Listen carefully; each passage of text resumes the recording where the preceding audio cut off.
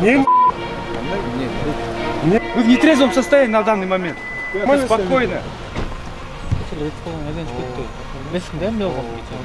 Тонированный. Вы тонированы, вы заметили?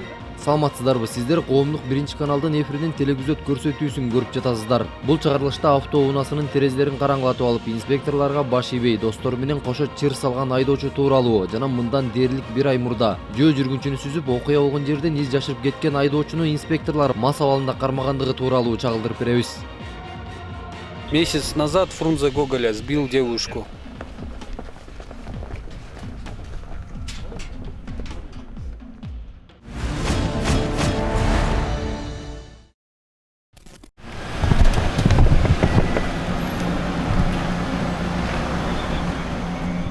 Бишкек шаары. Патрулдук милиция кызматкерлери бул Toyota үлгүсүндөгү автоунаанын терезелерине кара жылтырактар чапталгандыгы үчүн тосуп токтотушкан. Бирок айдоочу унаанын эшигинде терезелерин да ачпай бир топ убакытка чейин күттүргөн. Качан гана башка экипаждын кызматкерлери жана видео камера келгенде эшик ачылган. Бирок айдоочу унаасынан чыгып эле кызматкерлерге катуу тийип баштады.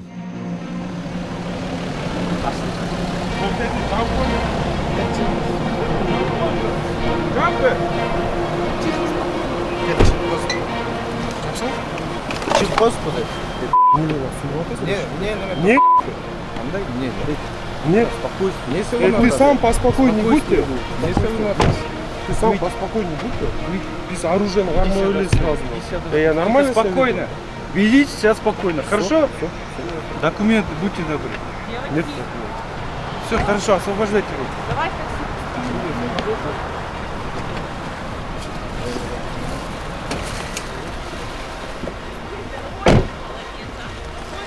Ключи.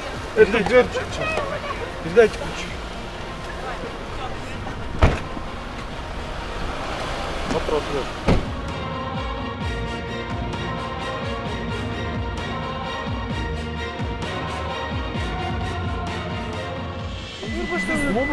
Не, Сразу, оружие нормально. товарищи, вы по городу шашкуете ездите. Слышишь, шашку? А? Тонированные.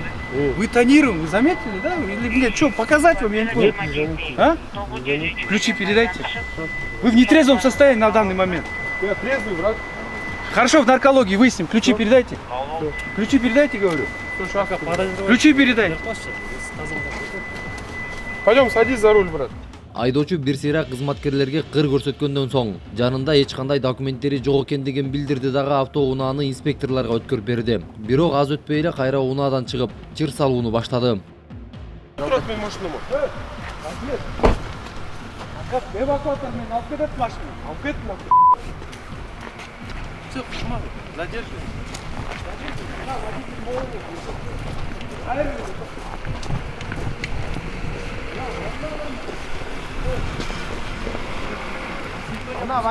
Вы задержаны, товарищ. Вы задержаны.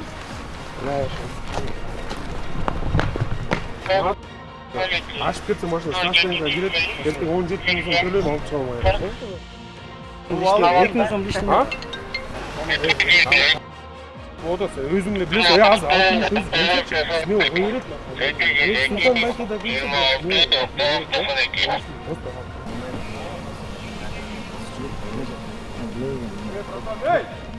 Айдоочунун достору келип инспекторлорду сөзгө тартуу максатында сүйлөшүп жаткан кезде болуп жаткан окуяларды чагылдырып жаткан операторго белгисиз жаран кол салып, камерасын талашып кирди. Авайла, камеру сломаешь, авайла. Авайла, Джон. Камераны сындырасың, авайла, эй. Камераны сындырасың. Ертең банкілаған боласың. Бул арада айдоочунун жанында жүргөн жарандардын бири Toyota үлгүсүндөгү автоунааны айдай качты. Инспекторлор анын артынан сая түшүп кууп жөнөштү.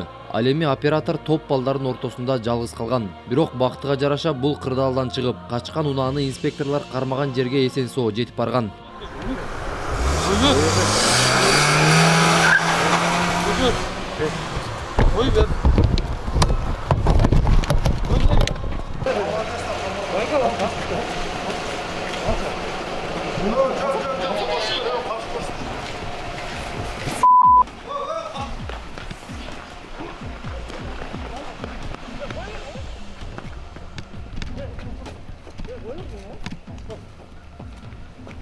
Мен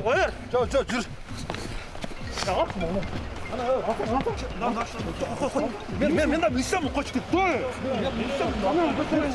Алдаймын ғой. Қашып көрсетті. Нишма прям алдаймын ғой. Қашып көрсетті. Қашып көрсетті. Қолын алып деп.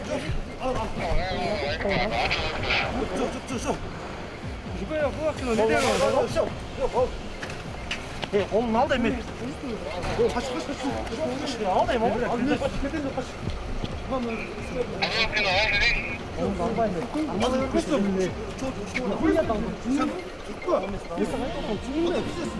Ана жол айтып отырмын өзі.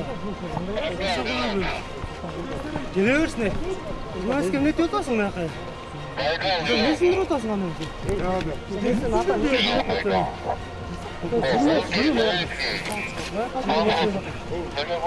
машина жаққа жүру дейміз.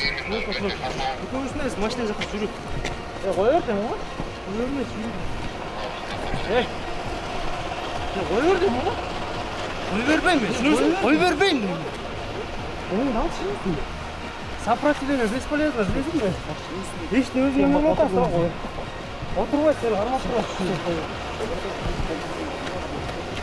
Қой бермеймін. Екі қолда үш қолда сонда қой бермеймін. Мысалы отырмын, қой бермеймін.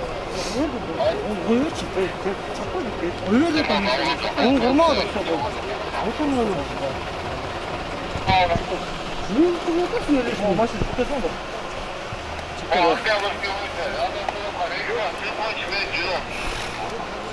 Güzel altı sıkın.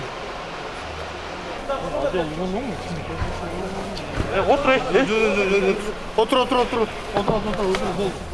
Жанатан операторга кол салган жаранды патрулдук милиция кызматкерлери кармап, күч менен тийиштүү жакка алып кетишти.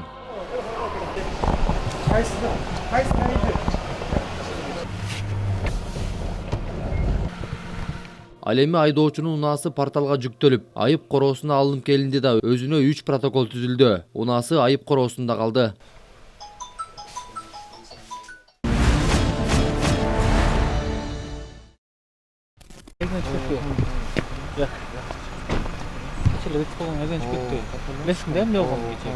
Ал эми бул унаа көптөн бери издөөдө жүргөн. Себеби мындан 1 ай илгери жол кырсыгына кабылып, окуя болгон жерден из жашырып кеткендигин жабырлануучу тарап билдирген. Кирме, дос.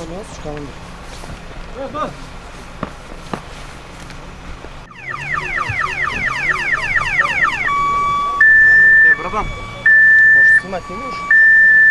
Работа такая. Нет, братан, понимаем, просто лицо можешь не снимать? Сранишь. По-любому ты уже бонду түштүң уже.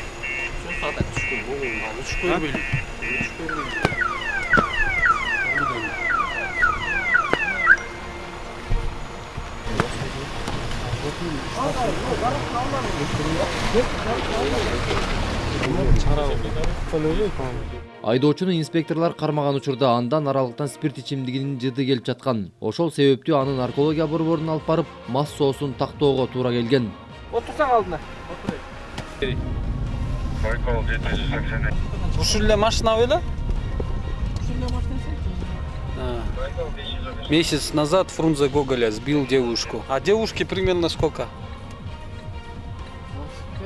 25. 20-25, да?